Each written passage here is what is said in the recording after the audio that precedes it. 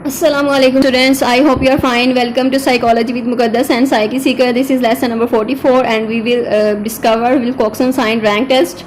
Wilcoxon sign rank test हम जो है इसमें कंपेयर करते हैं टू रिलेटेड ग्रुप्स को, और जिसमें डेटा हमारे पास नॉर्मली डिस्ट्रीब्यूटेड नहीं होता, हमारी जो पैरामीट्रिक असम्पशन है वो फुलफिल नहीं होती. That's why we use this test. इसमें हम टू सेट्स ऑफ पेयर हमारे पास होते हैं, टू सेट्स ऑफ डेटा हमारे पास होता है, वो पेयर डेटा होता है, रिलेटेड डेटा होता है,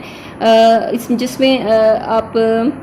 रिपीटेड मेयर्स जिससे कहते हैं is designed for use with repeated measures, यानी जिसमें आप पार्टिसिपेंट्स जो हैं वो एक आपके सेम पार्टिसिपेंट होते हैं ट्रीटमेंट 1 में, ट्रीटमेंट 2 में, और रिपीटेड मेयर का आप एक यूज़ करते हैं और डिज़ाइन यूज़ करते हैं. और इसमें 2 कयंस यानी कि 2 डिफरेंट कंडीशंस होती हैं आपके पास, लेकिन सैम्पल जो है वो सेम होता है. सो विल्कॉक्सन टेस्ट हम तब यूज़ करते हैं जब हमारे पास पैरामीट्रिक असम्पशंस जो हैं वो फुलफिल नहीं हो रही होती, और हमने डिफरेंस चेक करना है कि दोनों ट्रीटमेंट्स में हमारे पास डिफरेंस कितना है. जैसे कि आप किसी भी मेडिसिन को चेक करना चाह रहे हैं, उनका डिफरेंस कितना है, यानी बिफोर ट्रीटमेंट जो है उसकी मेजरमेंट उसकी चेक करते हैं, देन आफ्टर ट्रीटमेंट चेक करते हैं. सो इस तरह से जो डेटा है यानी रिपीटेड मेयर का डिज़ाइन का वो हम चेक करते हैं सेम पार्टिसिपेंट्स का बिफोर और आफ्टर ट्रीटमेंट, यानी रिलेटेड जो है वो पेयर होता है, हमारे पास रिलेटेड ग्रुप्स होते हैं, और इनकी हमने ऑब्जर्वेशन लेनी होती हैं बिफोर और आफ्टर ट्रीटमेंट की, और इस तरह से उसको फिर हम कंपेयर करके चेक करते हैं कि उसमें सिग्निफिकेंट डिफरेंस है या नहीं है.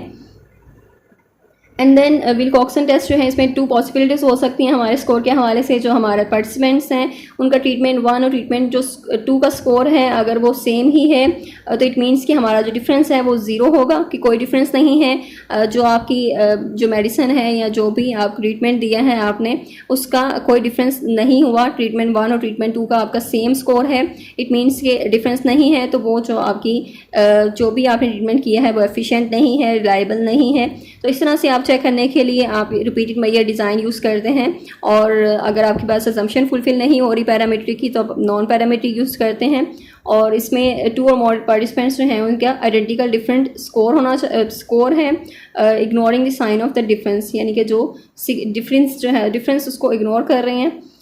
उसका आइडेंटिकल स्कोर यानी सेम जो है वो डिफरेंस स्कोर है, और यानी आपका जो पहले स्कोर था वही आपका बाद में स्कोर है. सो नेक्स्ट है इन्होंने एक एग्जाम्पल मेंशन की है, आप इस एग्जाम्पल को रीड आउट कर लें कि विल्कॉक्सन आप कब यूज़ कर सकते हैं, आप किस तरह से आप डेटा को कंपेयर करते हैं, और जो बेसिकली जो सारी चीज़ें विल्कॉक्सन के बारे में नॉन पैरामीट्रिक टेस्ट हैं और इसको क्यों यूज़ करते हैं, कब यूज़ करते हैं, कैसे यूज़ करते हैं, तो ये सारी डिटेल्स हैं इसमें. इसको आपने जस्ट एक बार रीड करना है. रनिंग एनालिसिस यानी आपने SPSS में डेटा को किस तरह से एंटर करना है, एंड देन इसको आप रन करेंगे तो आपके पास सिग्निफिकेंट जो रिजल्ट्स हैं आपको मिल जाएंगे, और आपका जो डिफरेंस है वो आपको पता चल जाएगा कि जो भी आपकी ट्रीटमेंट कंडीशंस हैं, जो दोनों आपके पास जो डेटा है उसको कंपेयर करना है ट्रीटमेंट 1 और ट्रीटमेंट 2 में कितना डिफरेंस आया है, और आपकी वैल्यू सिग्निफिकेंट है या नहीं, कि दोनों में डिफरेंस है या नहीं है, और जो भी आपकी जो